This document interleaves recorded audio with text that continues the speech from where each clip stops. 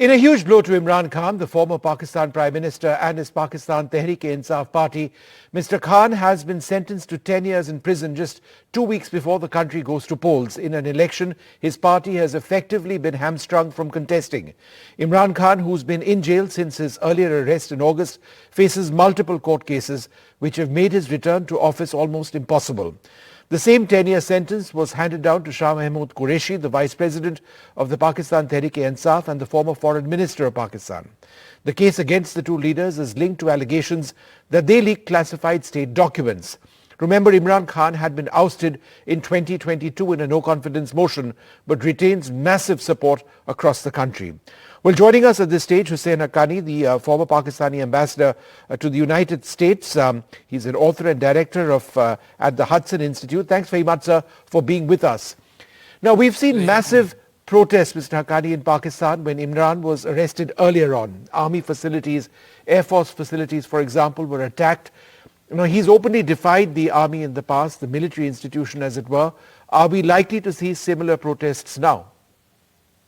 I'm not going to make any predictions about the size of protests. The fact remains that after May 9, the PTI could not sustain the protests. I think that we must remember Pakistan's history.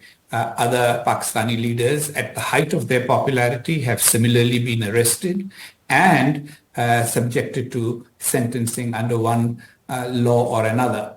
Zulfikar Ali Bhutto, the most popular leader of his time, was executed. So in the end, it comes down to two things.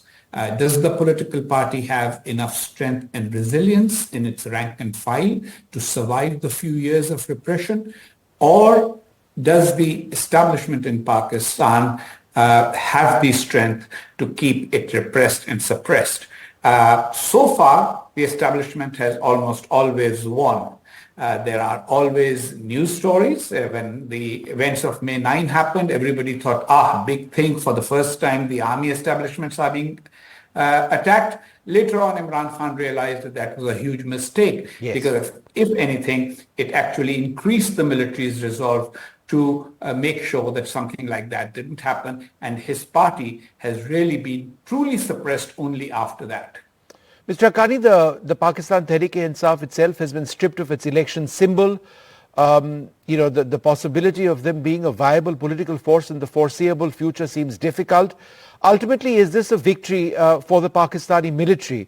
And in that sense, is this a battle that the Pakistani military has once again won against legitimate political forces in Pakistan? First of all, we must remember that PTI itself was a huge beneficiary of the then military leadership's support. The military leadership encouraged various political factions and individuals, including Mr. Shah Mahmood Qureshi, whom you named, to join the PTI. They were all people in other political parties. The party was cobbled together. Imran Khan's charisma was considered the glue that will hold everything together. I think that the PTI is being given a bad deal. It is unfair. But the fact of the matter is that it is no different from how Nawaz Sharif's party was treated in the last election and the Pakistan People's Party was treated in 1990, 2023, 2002 and 2013. So it's a process in Pakistan, and so far the military has been the dominant institution in Pakistan. We must also remember that from the military's point of view, that is necessary to keep Pakistan together, because the politicians simply can't agree between themselves. Now, if Mr. Imran Khan, after being ousted in a parliamentary vote of no confidence, had come back into parliament as the leader of opposition and just waited for an election, maybe none of this would have happened. But he chose to spin a conspiracy theory about an American-backed conspiracy to throw him out of power, delegitimated the parliamentary process, and therefore has come to this pass. So while we can blame the military for having intervened in politics for many, many years, it's also time to start looking at the politicians and their inability to compromise that enables the military to take advantage of the situation. But sir, isn't it also true that after Parliament in Pakistan is dissolved, elections mandatorily need to be held within a period of 5 months, whereas over here, it's clearly been delayed, and therefore The argument is that this was part of a conspiracy to deny Imran Khan if elections had, for example, taken place several months earlier on, then this scenario wouldn't have been there for Imran. Well, that's hypothetical. The elections would still not have been held just after Imran Khan was ousted from office. It would still have been several months, almost a year later. The elections have been delayed by about 6 months.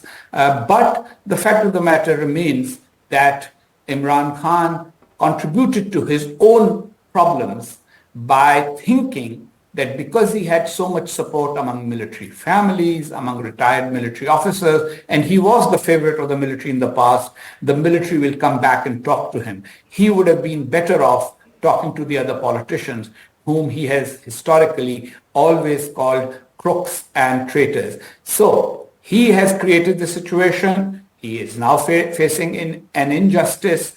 Question is, does his political party have the resilience to face it like other two political parties have done in the past, or will the party fizzle away? People say that Pakistan has dynastic politics, but the dynastic politics also had a positive side. When Zulfikar Ali Bhutto was executed, his daughter took up the mantle, people rallied to her. When Nawaz Sharif went to prison, his daughter came out and his brother came and became the party leader. Here, Imran Khan doesn't have an immediate relative who could fill his shoes. Will the party fall apart, get divided into many, many factions, or will the party rally together, stay together? If that happens, it may actually be a good thing for Pakistan's politics long term, for Pakistan to have a political party that weathers the storm, survives, and fights another day. But if none of that happens, we will continue to see the cycle Pakistan has seen for many, many years, unfortunately. Mr. Haqqani, the fact of the matter is that in as much as Imran Khan may have sought and gained the support of the military earlier on, he emerged as the strongest anti-military voice possibly in Pakistan's history. That in a sense was the basis of the support which he enjoyed as somebody who stood up against the military. In that sense, is there a real concern that that voice in Pakistan that stands up to a non-democratic force, which is what the military is by definition, is gone?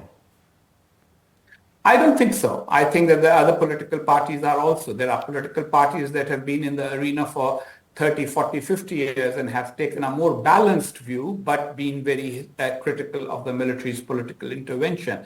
I think Imran Khan is essentially, was sort of more confrontational. I know he's much more attractive to the news media, especially in countries that have a track record of playing cricket. He is a celebrity, but his manner of opposition actually played into the military's hands, because the last thing you want to give somebody who wants to repress you are grounds to repress you further. I think he was betting on getting those elements within the military who support his hardline position on many things. He has taken a harsher stand on India. He has taken a harsh stand in support of the Taliban. He is very anti-American. He plays to the Pakistani Islamo-nationalist sentiment. And there is an element within the military that has those views. So he was hoping that they will bail him out. They haven't been able to do so so far. Let us see what happens in the future. Mr. Haqqani, Nawaz Sharif, on the other hand, who is of course back in Pakistan, seems to be the pick of the army. As I understand it, multiple cases against him have seemingly disappeared in the court. So is he the favored one as far as the Pakistani army is concerned?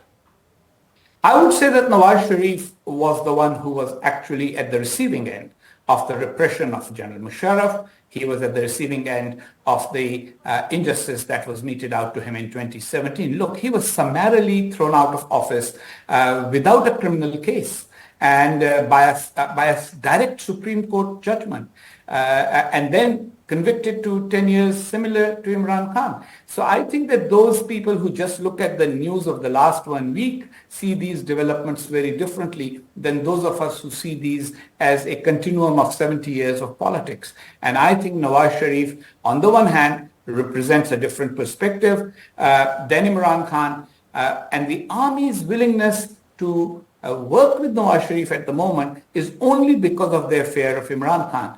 I think Nawaz Sharif and the military will have their own differences of opinion down the road because Nawaz Sharif does have certain strong positions. He wants the economy to be more open. He wants better relations with neighboring countries, including India. He wants to open trade with India. Will all of that sit well with the current military leadership? Again, another thing that we will only have to wait to find out. So therefore, you won't venture a guess on whether Imran Khan is essentially a spent force in Pakistani politics? No one is ever a spent force if they have real support. Benazir Bhutto didn't disappear. Nawaz Sharif didn't disappear. Imran Khan won't disappear. The long-term prognosis that I have for Pakistan is that Pakistan's politicians need to learn to work together. If they don't learn to work together, they will continue to be used one against the other. A final question, since we do have you on, and it's wonderful to be interviewing you.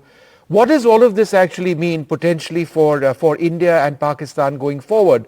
Do you see a military, which is obviously now the dominant force in Pakistan once again, it always was, more willing to actually bring about a genuine lasting peace between the two countries? I have no way of ascertaining that. But the fact remains that the outgoing army chief, General Bajwa, did make statements to the effect and made private statements as well that he really thought that Pakistan and India need to have several years of just putting behind their differences, trading with one another, becoming more normal in their relations. I'm not privy to the views of General Asim Munir. He has recently stated that he thinks that Pakistan and India cannot be friends. We will find the answer to that, but there is a strong sentiment in Pakistan that Pakistan needs to change its attitude towards its neighbors, if for no other reason, just to consolidate its economy. And Nawaz Sharif has certainly expressed that view, as has Asif Zardari at different times. So we will see, except Imran Khan, who has taken a hard line on India and more as he became more and more populist. I think that almost all major political figures and elements in the military would like some modus vivendi to be reached. Will it happen? I'm not too sure because it takes two hands to clap. While there is this development in Pakistan, we have to wait to see what develops in India. India's leadership has also had a very strong stand in recent years that until and unless Pakistan acts completely against all those groups that have acted against India out of Pakistan, there will be no further talks. So we will see where this leads us. Mr. Haqqani, wonderful speaking to you. Thank you so much for sparing some time. Thank you very much indeed. We're now joined by Abdul Samad, spokesperson of the Pakistan Tehreek-e-Insaf. We're also joined by Ishan Ahmed Khan, spokesperson of the PMLN. Meher Tarar, the Pakistani writer, joins us, as does Ambassador Prabhu Dayal, who tracks Pakistan very closely. Mr. Abdul Samad, let me come to you first. How would you respond to those who say that with Imran Khan in jail for 10 years, the Pakistan Tehreek-e-Insaf without a political symbol, that your party for now is essentially over? Well, first of all, the party is not over yet. I mean, the party has actually started from now and onwards. The 10-year sentence has two aspects. I mean, there is a political aspect of this case, and then there is a legal aspect of the case. The legal aspect and the implications of the case is simple. I mean, in such an unlawful manner, the judicial proceedings were carried out with the huge irregularities that the special court judge was in so hurry and rushed to conclude the case. In a manner, the cipher case is concluded. I mean, when it will go to before the appellate courts, it will no longer than 10 days stands in the appellate courts. I mean, that will be immediately set aside. The political implication is simple. I mean, this case, this decision was carried out on the behest of some hidden forces. I mean, but it inadvertently, I believe it inadvertently helped Imran Khan in upcoming elections, that the outrageous voter, the anger which will be shown by the voter of the supporter of the Pakistan Tehreek-e-Insaf. What do you expect the voter to do, sir? With your party not even having an election symbol, you expect people not to vote? Is that what you're suggesting? No. The outrageous voter will come out in a large number, and they are definitely going to vote in the favor of Imran Khan. Those candidates who are contesting in independent capacity. Sure. Meher Tarar, would you like to come in at this stage? Yeah. Do you actually see this? I know it's somewhat speculative, so forgive me, but do you see or foresee a situation like what we saw earlier on when the first arrest against Imran Khan was announced, when there were nationwide protests all over Pakistan, unprecedented in your country's history? Hi, thank you for having me on your show. But the thing is, whatever happened after May 9 did take place mostly was for this reason. They didn't want people to react to anything they were going to do to Imran Khan in the future. It's not that everything was exaggerated, what happened, how it happened. Innocent people are still rotting in jail. I know a 21-year-old who was simply a spectator, who was simply a peaceful protester and was jailed for 6 months because his father was a PTI official, was head of PTI in some district. So everybody has a story. What that has done is that people who were on the fence, who didn't vote for Imran Khan, who didn't even like Imran Khan, now support Imran Khan. I see that on social media. I see that in reality. I've seen many people change their political sensibilities after what has happened to PTI, Imran Khan, and PTI supporters in the last few years. People like me, I'm in my 50s. I was a child when Bhutto was arrested and then hanged. And then what happened to Benazir, Nawaz Sharif, Yusuf Raza Gilani, and Nawaz Sharif again. People like us, we've always condemned what happened to all these people. And what Mr. Haqqani was saying, I agree with him in principle, but at the end, what he was saying was that it's Imran Khan who's to be blamed for what has happened to him. That's not the way to look at this situation. If I were Imran Khan, I wouldn't have left the National Assembly. I wouldn't have dissolved the assemblies. Yes, right. I would have acted differently. But for people to think that everything he did simply worsened his situation vis-a-vis the army, vis-a-vis the establishment, is saying that people do not have a right to protest. If Nawaz Sharif and Benazir and Nawaz Sharif and Nawaz Sharif and Benazir and Nawaz Sharif and Yusuf Raza Gilani had reacted to their disqualifications and what happened to them and the way their elected governments were ousted, if they had taken a stance and they had joined their forces, and if they couldn't have supported Imran Khan because they were supporting the establishment to overthrow Imran Khan. So it's no. What I'm saying is that it's just so sad.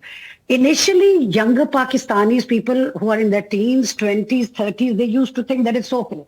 All these politicians are corrupt. Imran Khan stands against all these politicians. They are corrupt and they are crook, and Nawaz Sharif should be in jail and Benazir should be in jail, and Imran Khan is honest and he's upright. What are they saying now? And the army generals are upright and they are all on the same page. And even though they knew that it was wrong, they said, okay, they are doing it for the right reason, so let's support them. For the first time in the history of Pakistan, and I say this as a Pakistani, yes. I'm not speaking as a Pakistani who supports Imran Khan. Or I wrote an article for Open India. I can send it to your people right now. I condemned what happened to Nawaz Sharif in 2017, what happened to Yusuf Raza Gilani in 2012. So Meher, what is the point you're making? Now, in the last 5 years, for instance, people who are teenagers are now 18-year-old and above. For the first time in the history of Pakistan, people in their teens, 20s, 30s, 40s, almost every one of them is against what the military has done to Imran Khan. They don't think they have done this to Imran Khan because they cannot understand. I know you people are aware of what's happening in Pakistan. PTI is not allowed to carry out their rallies, but everything is. It's not that they're jailing Imran Khan or Shah Mahmood Qureshi. I mean, this is I get what you're saying, Meher. I just want to keep the strike rotating. That's familiar parlance on both sides of the border. But I'm going to come back to you if I can in a while from now. Ambassador Prabhu Dayal. In fact, before I go across to Ambassador Prabhu Dayal, I just wanted to go across to Ishan Ahmed Khan.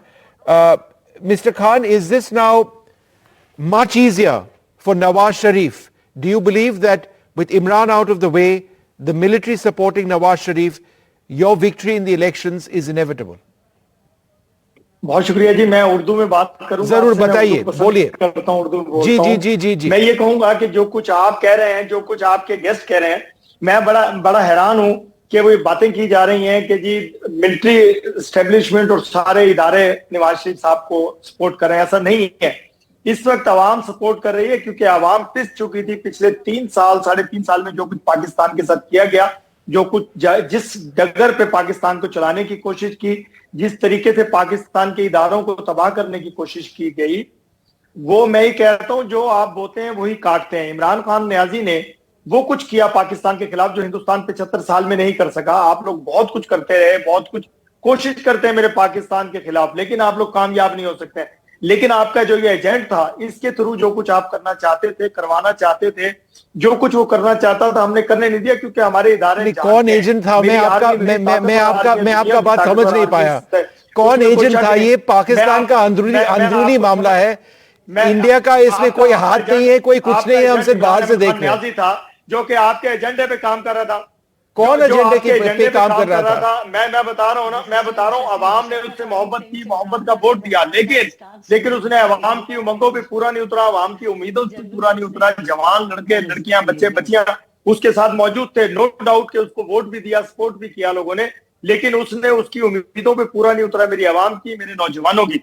बड़ा पढ़ा लिखा तबका उसके साथ था, लेकिन उसने क्या किया? काश के वो लोगों के लिए काम करता, काश वो पाकिस्तान के लिए काम करता, काश वो मेरे इदारों को मजबूत करने के लिए काम करता। सिवाय गालियां देने के इमरान खान ने 3-3.5 साल में कुछ नहीं किया। वो कभी कहता था मैं जेल में डाल दूंगा, कभी कहता था मैं मार दूंगा। लेकिन इशाद खान साहब, आप एक चीज बताइए। आज मेरे कायद मियां नवाज शरीफ साहब के खिलाफ जितने बहुत सारे केसेस थे, उन केसेस का क्या हुआ? क्योंकि इमरान खान के समर्थकों को कहना है कि जो भी केसेस है इमरान खान के खिलाफ है।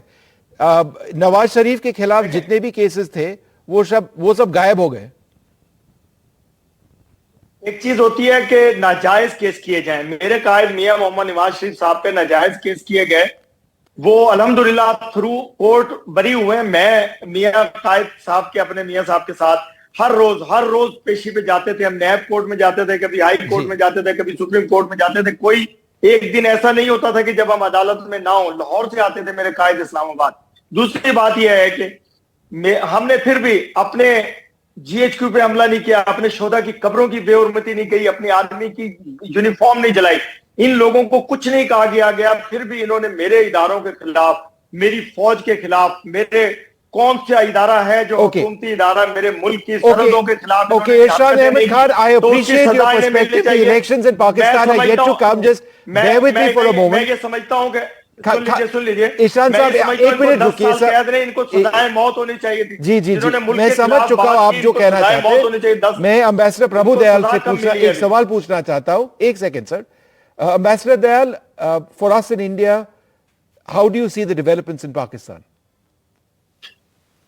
I see the developments in Pakistan in the context of the deep state of Pakistan. It is the army which calls the shots. It is the army that wields real authority. Elected governments don't matter in Pakistan. So Imran Khan has paid the price of the blunder which he committed by taking on the army. Now, I may also mention what you yourself said, that Nawaz Sharif is now being tipped to be the next prime minister. But if we recall, before the 2018 election that Imran Khan had won, Nawaz Sharif had been jailed for corruption. And this was because he was a thorn in the side of the military. Now, as you said, those cases against Nawaz Sharif have melted away, and it seems that he is going to be the next prime minister. So what will happen is that nothing really will change. The army will continue to wield power. The army will continue to sponsor terrorism against India, and therefore I don't see any meaningful change taking place in our relations with Pakistan. Meher, is that your concern? If we look at this from an India-Pakistan prism for just a small moment, that nothing fundamentally would change? What Mr. Haqqani was saying, that this is a cycle which keeps happening in Pakistan for 70 plus years. Is this just another part of that cycle? Well, what he was saying was, I agree with most of the things Mr. Haqqani was saying, but to think that Imran Khan was not pro peace with India is just not true. In his very first address to Pakistani nation on the 25th of July 2018, the day he won the election, before he became the prime minister, he talked about India in great detail. He was the one who invited Indians to his oath-taking ceremony. He was the one he was the prime minister when your pilot was returned to India. There has never been a time. I've always been very amused when people say that Imran Khan follows what the establishment has told him to do. Imran Khan, as I see a lot of flaws in him as a politician and as a prime minister, but there are certain things which are undeniable. Imran Khan is pro-peace and anti-war. So that kind of, negates the idea of him being a puppet of establishment at any given time. I believe that all prime ministers want peace with India, but whatever happens in Pakistan happens because of the establishment. They are the ones who decide who's to be jailed, who's to be brought into power, who's to be toppled. The only thing I keep repeating is that all these parties, all these political leaders should have united for once to fight this thing. Maryam Nawaz Sharif, things she was saying in the last few years were very positive. She was very openly against the army and army's intervention in politics. Right. But all of a sudden they changed. Everything that has happened to them because of the establishment. Imran Khan did not jail Nawaz Sharif. Nawaz Sharif was ousted in 2017. He was put in jail before the 2018 elections took place. It was not Imran Khan who jailed him. It was not Imran Khan who jailed Maryam Nawaz. What I'm saying is, what any Pakistani would say is, this was the best time to unite.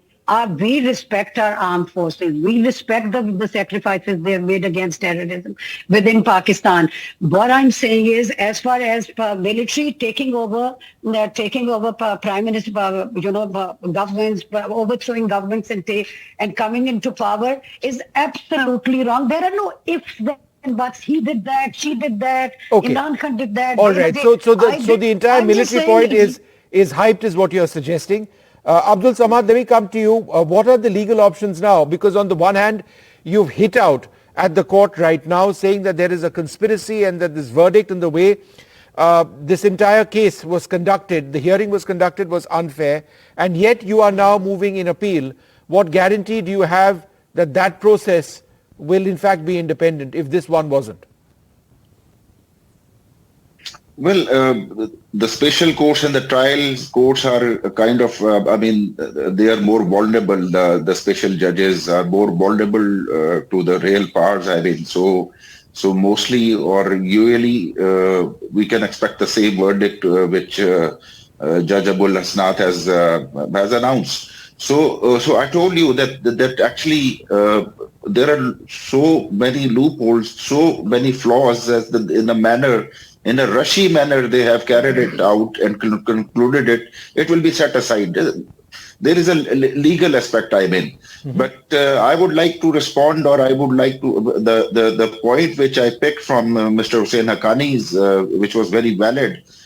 He was asking about the resilience or the capability or a capacity of a PTI. Yes, he was right that from over 7 decades, the history is going to be repeating itself again and again and again, as Mayor has also. But the fact of the matter is, the difference is, this is the first time that the party PTI has shown its resilience with the consistent and constantly. From over 2 years, we have been facing atrocities being committed by these government, the goons in the governments, the caretaker government. So this is the first time. We have we have shown the resilience. I mean, Sure. we are still... All right. So I take your point that the PTI, you believe, is still a resilient force. Ambassador Dayal, last question to you. Do you believe that this is the end of Imran as a political force, or do you believe that there's going to be, as we've seen a million times in Pakistani politics, a return, and one at a time which none of us would have expected? Well, as regards Pakistani politics, nothing can be said for certain. Because who expected that Nawaz Sharif would be back and all the cases against him would melt away and he would now be the front runner to be the prime minister? Yeah. Everyone thought that he was, he would never come back. Now we know that Imran Khan is going through a bad time. He's been jailed in several cases. This new sentence is for 10 years. But as I said earlier, it's a deep state. And if the army at some stage or the army chief, some later army chief decides to overturn this sort of thing and bring him back, he will come back. There is no rule of law. It is the rule of the army. It is the deep state. Therefore, I say nothing can be said for sure what happens in that country. Well, I'd like to thank you all very much for being with us. Fascinating conversation and yet another spin in Pakistan's politics and its polity. Imran Khan sentenced to jail for 10 years along with the former foreign minister of Pakistan. What happens next? Remember, elections coming up in a finite period of time, in just a couple of months from now. Where is Pakistan headed at a time when it faces so many economic uncertainties?